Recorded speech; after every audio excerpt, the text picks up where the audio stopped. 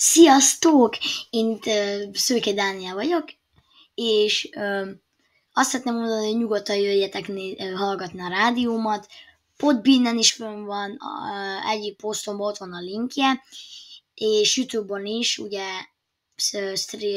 live-ba ugye ugyanazt csinálom, mint Podbeanen konkrétan, mert ott is live-olok és zenéket játszok le, megbeszélek.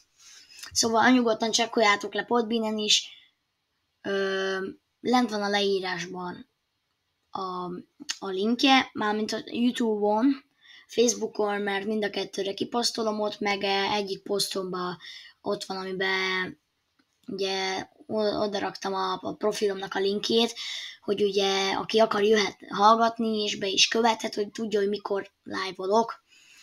És YouTube-on is ugyanez van, szóval iratkozzatok fel nyugodtan, azt megköszönöm, meg ha már a videóra nyomtok egy lájkot, meg Facebookon is reagálhattok nyugodtan.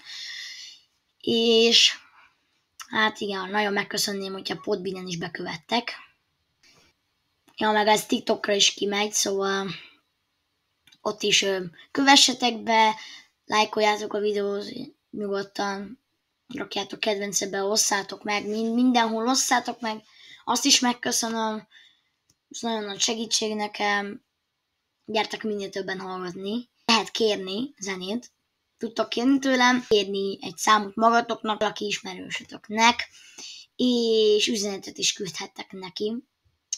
Nyugodtan, ez teljesen ingyen van, nem kell aggódni, de nem muszáj. Feliratkozni sem muszáj, lájkolni sem muszáj, bekövetni sem muszáj, de viszont jól esne nekem az, hogyha ezeket megtennétek, de nem muszáj. Ti döntésetek. Szőke Dániel voltam az Express Rádiótól.